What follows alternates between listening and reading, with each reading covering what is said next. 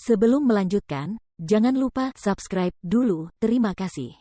Bab 390, dia terlalu istimewa. Mukiki segera naik dengan sarung tangan putihnya, mengamati mayat itu sambil menyentuhnya dengan lembut. Ada luka yang jelas dari senjata tumpul di sisi kiri tengkorak, dengan pecahan batu bata berserakan di atasnya. Dari bentuk senjatanya, penilaian awal adalah bahwa senjata pembunuh itu adalah batu atau bata yang agak lunak, yang tidak menyebabkan banyak pendarahan. Wajahnya pucat dan ada bekas cekikan yang jelas, tetapi tidak ada tanda-tanda perlawanan atau pembelaan diri. Kemungkinan bekas cekikan itu muncul setelah kematian tidak dapat disingkirkan. Selain itu, meskipun terdapat banyak luka memar di tubuh, belum diketahui secara pasti benda apa yang menyebabkan luka memar tersebut. Tidak ditemukan tanda-tanda kekerasan. Bagaimanapun, tidak semua luka pada tubuh ini mematikan. Oleh karena itu, penyebab kematiannya memerlukan pemeriksaan lebih lanjut. Dan satu hal lagi. Tempat kejadian ini terlalu bersih dan tidak ada jejak yang ditinggalkan. Ini bukan tempat kejadian kejahatan, melainkan tempat mayat ditinggalkan. Oleh karena itu, mayat perempuan ini perlu pemeriksaan lebih lanjut untuk mengungkap lebih banyak rincian. Dosen itu mengangguk ketika dia selesai, dan memerintahkan dokter forensik lain yang lebih berpengalaman untuk datang dan memeriksa. Kesimpulan mereka tidak jauh berbeda dari Mukiki. Sekarang Anda lebih terlihat seperti dokter forensik. Dosen itu senang. Anda belajar dengan sangat cepat. Terima kasih, Profesor. Mukiki berkata cepat. Setelah itu, Mukiki dan tim dokter forensik mulai mencari informasi berguna di tempat kejadian perkara di sekitar mayat wanita tersebut. Sementara itu, Gu Ziling telah memarkir mobil spotnya di dekatnya, berpura-pura menjadi penonton dan mendapati Mukiki mengenakan mantel putih besarnya. Tentu saja, dia tidak melewatkan bagian ketika Mukiki memeriksa mayat itu. Bagaimanapun juga, mayat itu benar-benar menjijikkan. Akan tetapi, bagi gadis seperti dia, jika ia tidak tergerak dan menyentuhnya, aspek itu saja sudah cukup untuk mencegahnya didorong-dorong oleh kebanyakan pria. Seperti yang diharapkan dari putra mahkota.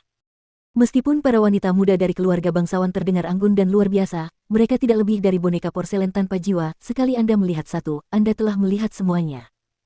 Tidak ada yang menarik dengan semua persaingan pengaruh atau kekayaan mereka, dan Mukiki jelas menonjol. Jadi itu mantan pengantin muda keluarga Seng. Bukankah pertunangan mereka dibatalkan? Keluarga Seng tidak akan pernah menerima menantu perempuan yang bekerja dengan mayat. Tetap saja, dia baru berusia 19 tahun. Dia sangat luar biasa.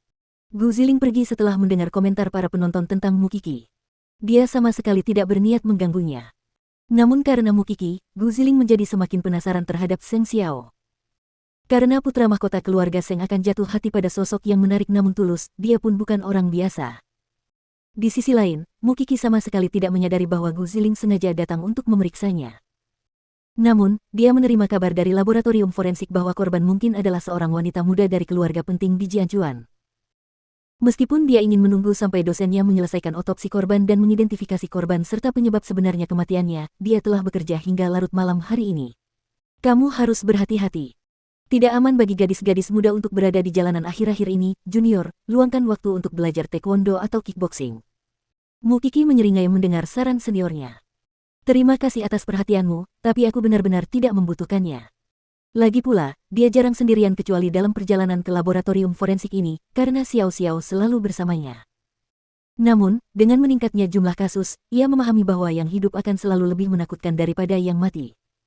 Misalnya, seorang mahasiswi baru saja terbunuh oleh sopir taksi beberapa hari yang lalu. Mukiki tidak mengerti mengapa seorang gadis mau naik taksi di samping jalan masuk ketika dia sedang di luar, meskipun dia sudah memanggil taksi. Sepertinya sudah biasa bagi gadis-gadis untuk tidak mengetahui ilmu bela diri seperti itu akhir-akhir ini. Tak lama kemudian, terbukti bahwa mayat itu adalah putri salah satu rekan Huang Yao.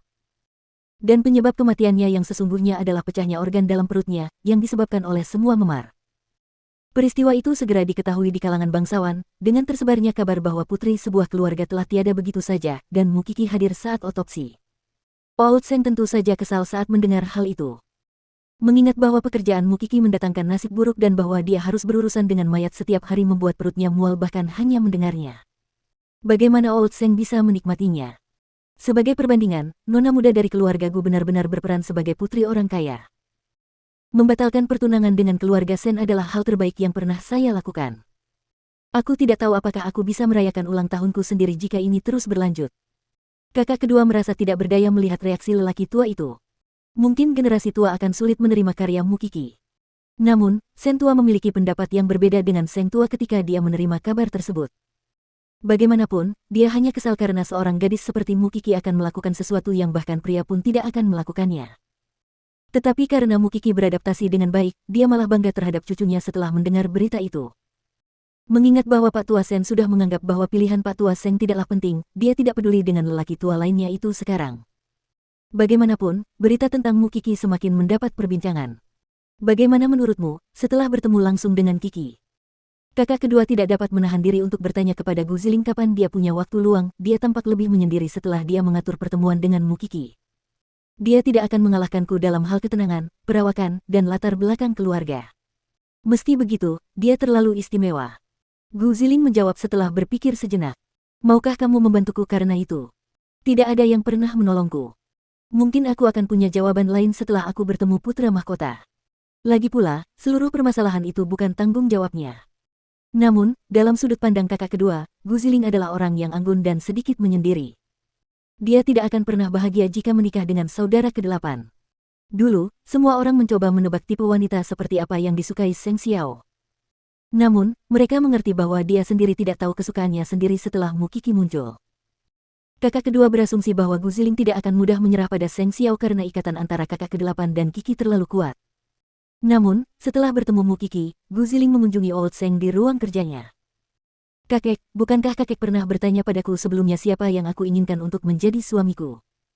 Old Seng memperhatikan Guziling, bertanya-tanya apakah anak itu benar-benar mengincar kakak kedua. Lagi pula, dia sudah membuat pilihannya bahkan sebelum bertemu dengan saudara ke-8. Bagaimana mungkin itu tidak condong ke saudara kedua? Saya ingin tahu kapan putra mahkota akan kembali. Seng tua terkejut tetapi juga merasa lega. Dia memang mempersiapkan Guziling untuk kakak ke-8.